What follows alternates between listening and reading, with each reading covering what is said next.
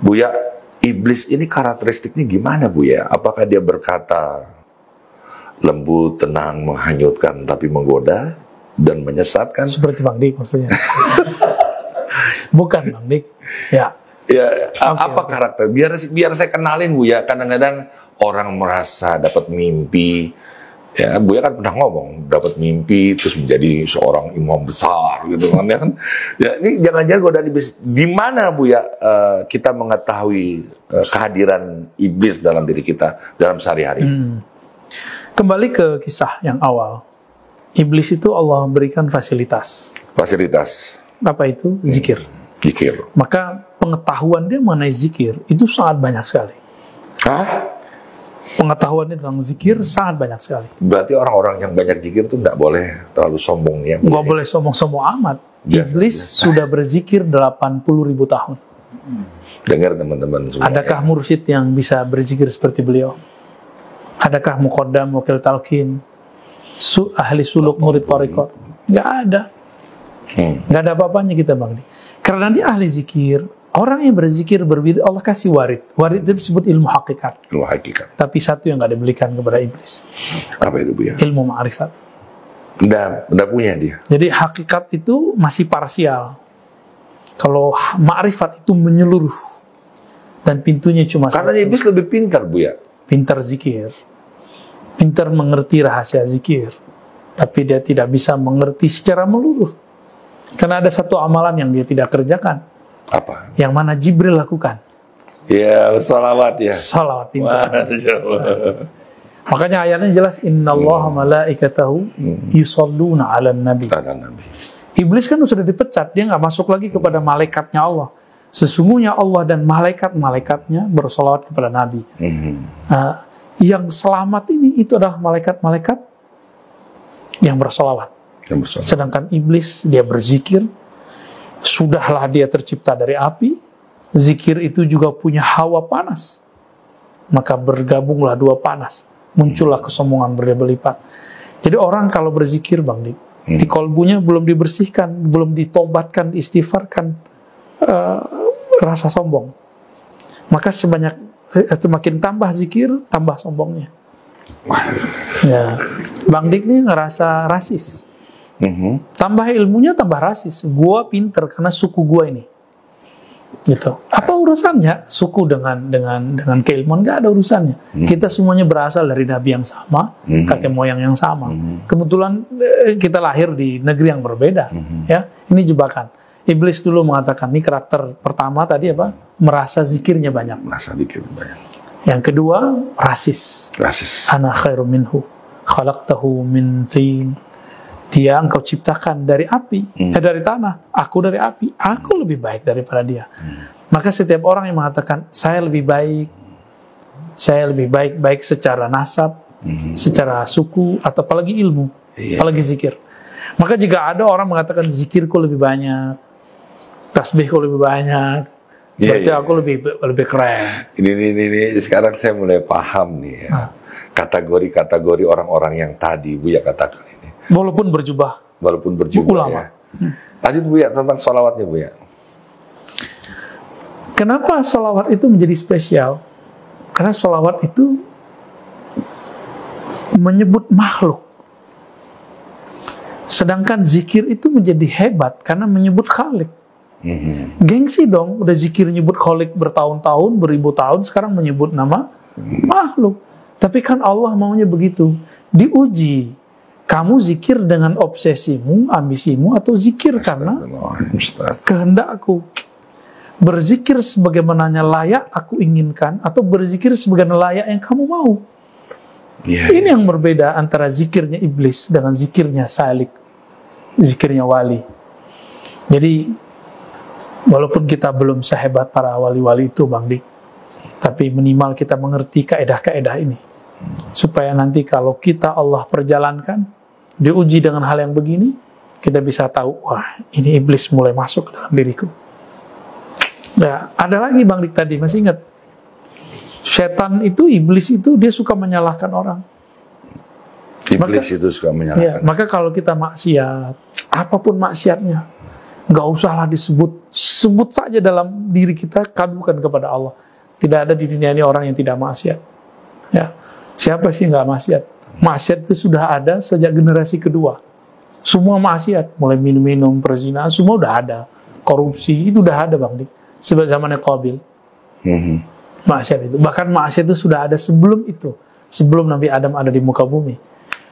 Tapi Allah kan mengatakan kullu bani Adam khata', setiap bani Adam itu khata'un, pasti salah, dan salahnya berulang-ulang, benar nggak?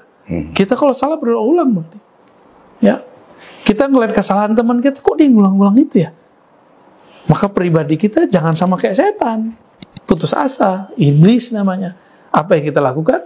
Nah itu tuh, saya ingat kata-kata Buya. Sebentar, ini pentingnya. Maksiatnya maksiat. Ulangi Buya. Maksiatnya orang yang bermaksiat berputus asa dari rahmat Allah. Saya ulang ya. Maksiatnya orang yang bermaksiat, dia berputus asa dari rahmat Allah. Rahmat Allah. Wah, keren. Maksiatnya orang taat. Maksiatnya orang taat. Dia merasa suci dan ketaatannya. Itulah kejadian pada ketaatan iblis. Iblis itu paling taat di surga. Tidak ada yang lebih yang sanggup zikir dengan jumlah seperti itu kecuali iblis. Malaikat itu makhluk yang majburi ya. Yang kalau Allah katakan kamu cuma zikiri subhanallah, udah subhanallah dari awal sampai akhir. Iblis bisa inovasi. Malaikat bingung. Kok dia bisa zikir itu ya? Malaikat nur itu statis. Tapi malaikat nar ini dia bisa berkembang. Tapi dia punya obsesi. Awalnya obsesi pengen beribadah di langit 1, 2, 3 sampai langit ke-7. Lama-lama terobsesi ingin menghuni dan memimpin surga. Lama-lama ingin memiliki surga. Ini kesalahan iblis. Jadi kita kalau zikir dengan nafsu, itu nggak ada bedanya dengan pewaris iblis nantinya. Nah ini beberapa karakter-karakter yang bisa saya ingat ya. Nah, ada lagi yang lain, saya lupa ya. Iblis itu suka ngancam-ngancam Allah. Nah, maksudnya gimana Bu ya? Gimana Bu ya kalimatnya Bu ya? Ya Rob, kalau bahasa kita, awas. Ntar gue sesatin dia, dendam. Ngancem dengan dendam. Maka salah satu sifat-sifat iblis ya yang sekarang dipakai oleh banyak manusia adalah awas lo ya, dendam. Ngancem, nanti gue sesatin lo semua. Dan itu sama.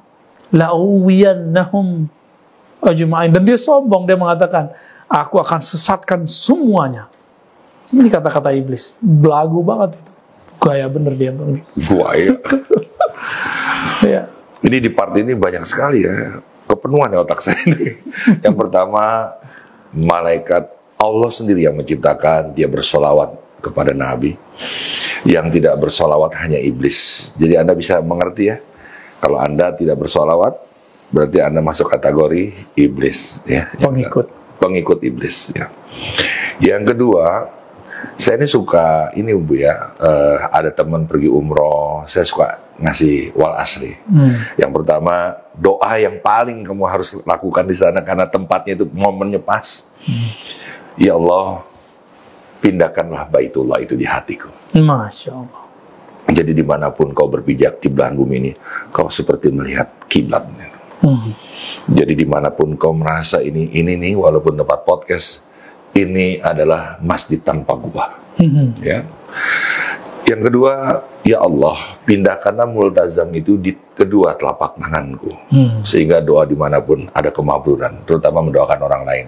Yang ketiga nih Bu ya, ya Allah, jadikanlah kehadiranku seperti air Zam-Zam, dimanapun memberikan kesegaran, kehidupan. Nah Bu ya, di dalam darah kita ini kan terlalu dunia. Maka dengan air adalah alat perekam doa yang paling canggih, apalagi air Zam-Zam. Kita mengembalikan darah kita untuk bertawaf. Katanya jin iblis itu ada di sel-sel darah kita ini. Benar, ya. Gimana itu Bu ya? Apa ya, sirkulasinya apa, cara dia bekerjanya gimana tuh Bu ya? Ya, Imam Surawardi menyebutkan satu riwayat. Ya. Soalnya ini riwayat Israiliyat tapi sahih. Bahwa dulu iblis minta izin kepada Allah, ya Rob, izinkan aku mengakses kolbunya manusia. Oh, pernah dia minta begitu? Ya, itulah yang dimaksud sebelumnya. Jadi ketika ada riwayat tadi yang saya bacakan, ya Allah izinkan aku memakai selendang kesombonganmu, kewibawaan, itu maksudnya. Karena dalam hadis yang sahih disebutkan, qulubu bani Adam baina isba'in min asabi'ir rahman. Kolbu manusia di antara jari-jari Allah. Kolbu manusia di antara jari-jari Allah. Ini bahasa ungkapan. Kalau di jari-jari bisa dirubah. Suka-suka Allah, mau merubahnya apapun, mau dilempar, mau diambil, membalikan tangan. Ya, semudah apa kata perbiasa kita? Semudah membalikkan telapak tangan. Kira-kira seperti itu. Inilah permintaan iblis yang Allah murkai. Makanya Allah kemudian mengatakan al-kibriya'u ridai. Kewibawaan, kesombongan itu adalah pakaian kebesaranku. Apa itu? Mengelola kolbu manusia. Disitulah alam semesta terpusatkan. Alam semesta pusatnya di kolbu. Terpusatnya ada di kolbu. Karena kolbu itulah yang sebenarnya chip yang membuat kita jadi khalifah di muka bumi. Jadi kalau tidak ada si kolbu itu, tidak ada manusia sebagai khalifah. Bang Dik kalau punya kolbu, tidak takut kepada hewan-hewan, tidak takut kepada setan, jin, hantu. Untuk apa takut? Kan kita khalifah di muka bumi. Oh iya, benar juga ya. Iya. Tidak perlu takut ya Bu ya? Tidak perlu takut, sahabat kita semua itu. Ini yang termasuk dalam Buya mau jelasin 6 kaidah itu. Ya itu sudah tadi ya, sifat-sifat iblis tadi. Oke. Jadi lalu Allah mengatakan, aku izinkan engkau untuk mengakses darah manusia, mengalir di seluruh persendian manusia, tapi aku tidak izinkan engkau mengakses kolbu. Karena disitulah Allah memandang, disitulah Allah bertahta dengan kekuasaannya, dengan ya tangan jari-jari menunjukkan nilai kekuasaan. Tapi yang dimaksud dengan apa ya Bu ya kalimat di Qurannya? Manusia itu tergantung gumpalan darah di situ. Itu dia. Jelek, maka jelek lah. Apa tuh maksud gimana kalimat Ibu ya? Yang dipompa oleh darah, oleh jantung adalah darah. Darah. Maka satu-satunya akses iblis untuk masuk ke jantung itu adalah lewat darah. Lewat darah. Allah kasih kesempatan.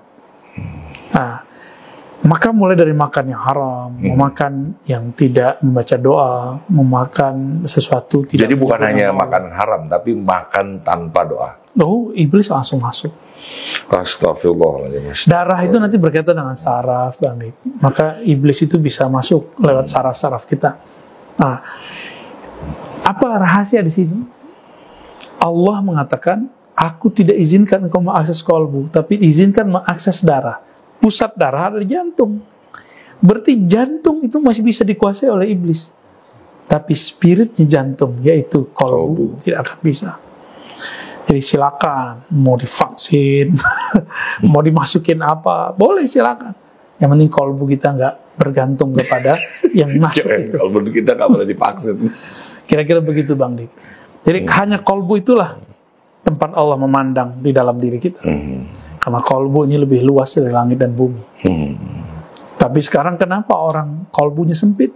Karena dia mewarisi sifat-sifat iblis. Kolbunya terbatas kepada jantung yang kecil itu. Walaupun jantung kecil itu dahsyat, tapi dia tidak mau keluar dari nilai fisiknya. Padahal dia harus mengambil sisi metafisiknya, bahwa kita punya akses ke alam lain. Rabbul Alamin. Kalau Buya punya marifatnya penyakit jantung, Buya, kenapa ada orang sekarang banyak kena penyakit jantung? Ada nggak marifatnya gitu? Dan apa yang harus dilakukan? Saya nggak mampu mengerti ya, karena itu wilayah kedokteran. Namun dalam hadis cuma dikatakan di akhir zaman akan sering maut fujaah, kematian yang tiba-tiba. Saya tanya ke teman-teman kedokteran, kematian tiba-tiba itu maksudnya apa? Jantung, gagal jantung. Apa yang terjadi di akhir zaman? Ya, pertama, hidup yang mungkin sangat mewah, makanan mewah, memanjakan badan. Sekarang orang mau ke depan saja, cuma 50 meter. Itu sebentar Bu ya, sebentar saya potong Bu ya. emang saya sering banget ngelihat orang penyakit jantung tuh yang kaya-kaya Bu ya. Yang maaf ya teman-teman, yang orang-orang miskin, tukang sampah, jarang ada jantungan Bu ya. Orang-orang miskin ini udah biasa jantungan setiap hari. Mikirin makan sehari udah jantung. Maksud gue udah kapalan jantungnya gitu. Jantungnya terlalu kuat. Tapi sekarang bukan hanya orang kaya Bang. Iya. Tapi orang biasa, tapi gaya hidupnya gaya orang kaya. Dikit-dikit Masih naik muda motor, naik mobil, dikit-dikit GoFood, dikit-dikit semuanya online. Gak ada memaksimalkan tubuh. Tubuh kita ini dia bergerak. Dia bergerak. Maka sunnatullahnya harus dibawa bergerak. Siapa yang menggerakkan tubuhnya sehari 10 menit saja, 20 menit, 30 menit, dia akan jadi orang yang panjang umur. Tubuh ini kata Imam Syafi'i, ini isinya kan air, darah. Jika air itu dia diam, maka dia akan membusuk.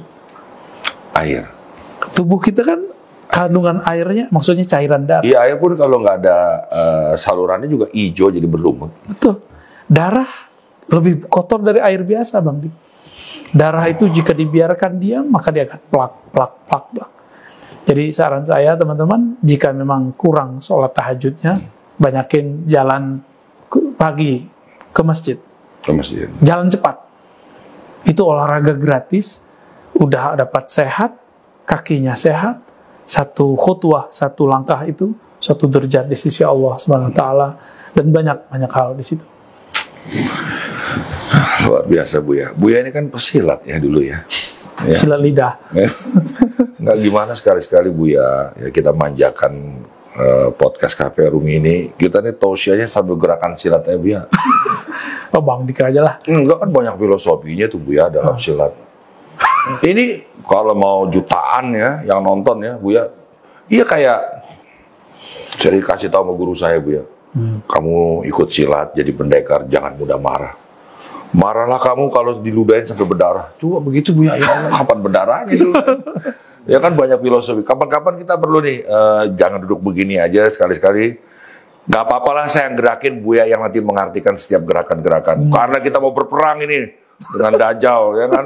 Jadi kita harus bisa bersilat. Ya. Silat lidah. Buya, ini ada iblis berbentuk jin. Ya, ada iblis berbentuk manusia.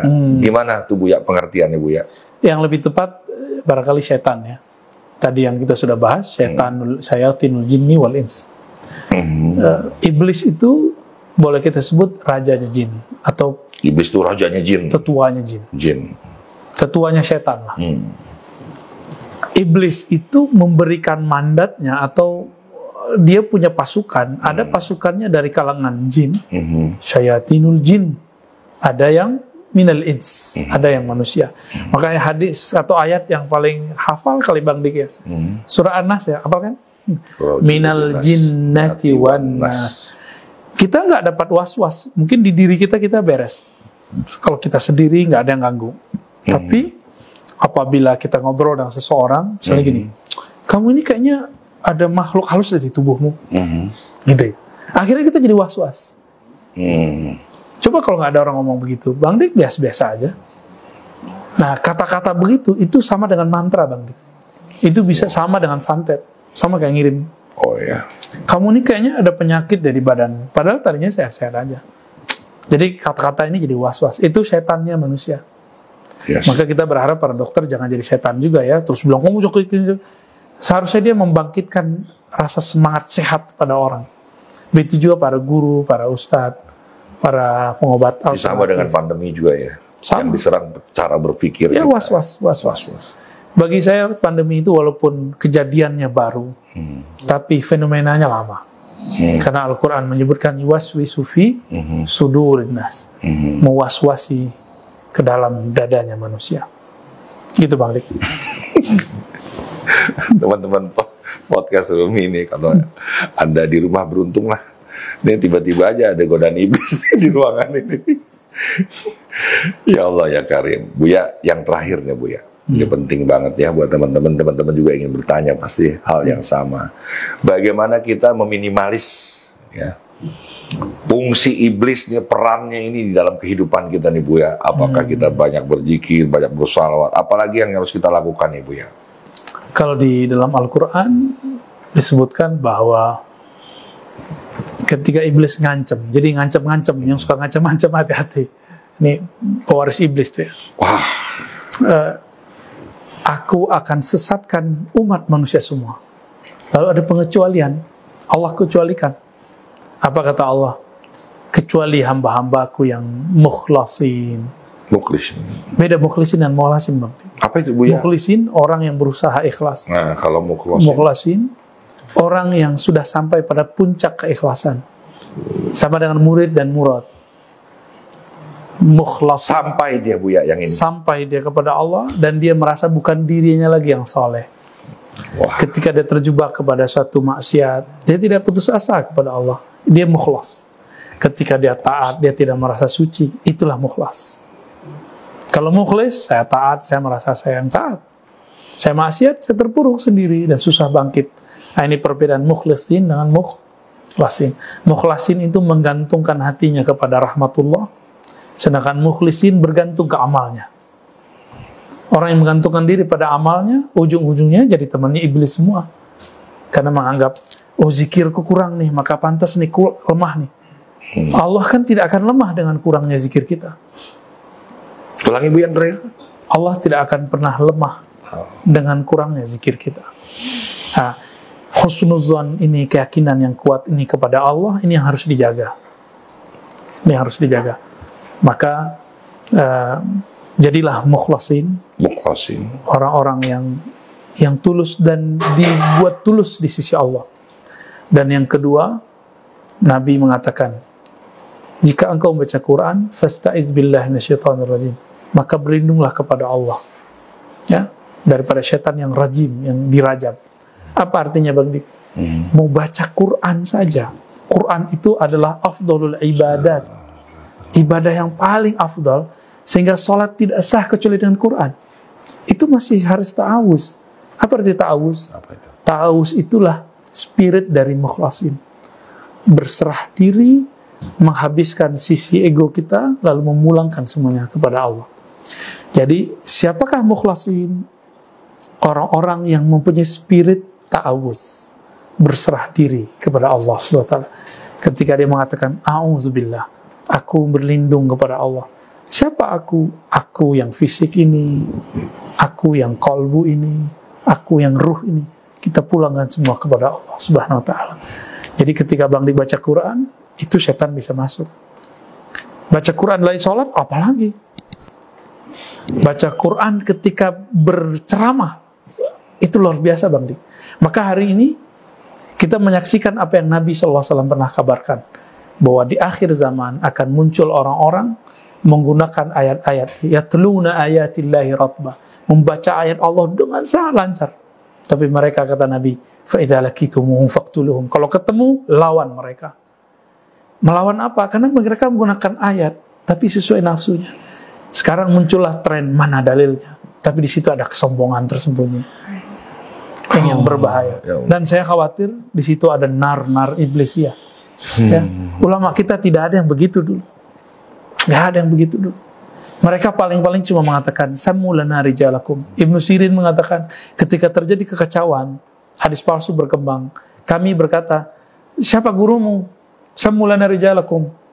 Bukan mana dalilmu, nggak begitu. Tapi sekarang ketika saya mengatakan ke Bang Dik, mana dalilnya, Bang Dik? Hanya kata Allah dan Rasulnya, Bang Dik. Tapi ada kesombongan dalam hati. Ya, ini harus kita hati-hati. Jadi benarlah spirit ta'awuz adalah inti dari mukhlasin. Orang-orang yang dibuat tulus oleh Allah. Semoga kita termasuk bagian dari mereka. Amin. Amin ya rabbal alamin. Teman-teman, ini saya harus jujur ya. Kalau ketemu Buya ini, saya jadi apa ya Buya ya. Pertama banyak istighfar lah. Tapi itu kalimat tadi pas banget dengan jadi ngeliat saya bikin antum istighfar ya, gawat itu. Hingga artinya banyak sekali salah saya Buya. Masya Allah, apalagi saya Bang. Dan kata-kata tadi Allah wala quwata illa billah itu bagus banget di situ Buya. Banget. Sebenarnya kita tidak boleh sombong, sholat 5 waktu, pergi ke masjid itu karena kita mendapatkan dorongan dari Allah, dapat kekuatan dari Allah ya Buya ya. Jadi kita jangan menghardik orang yang belum pergi ke masjid. Ya.